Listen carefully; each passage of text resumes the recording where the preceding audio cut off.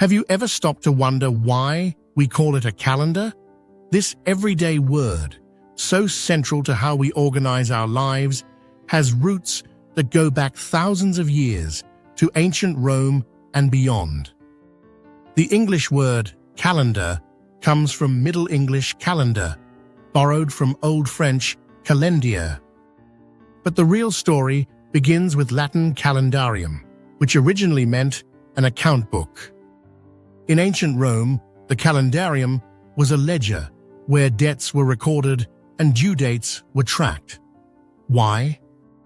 Because interest payments were often due on the first day of the month, a day called the calendae in Latin.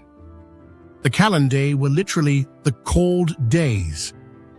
The Romans called out the beginning of each month. This is where things get even more interesting linguistically. The word calendae comes from a Proto-Italic gerundive form, calando or calando, which likely meant things which are called out. This form ultimately goes back to the Proto-Indo-European root kel, meaning to call, to summon, to cry out. So the calendae were the days that were announced.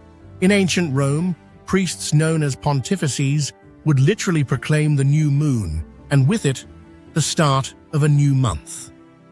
This public declaration was vital because many religious festivals, markets, and financial obligations depended on it.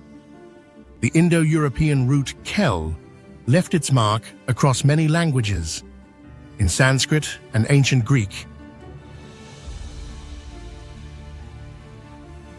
in Latin and Proto-Germanic. So, the word calendar has nothing to do with counting or timekeeping in the mathematical sense.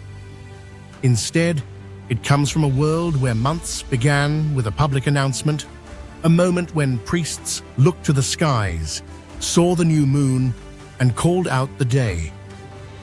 Subscribe to find out more.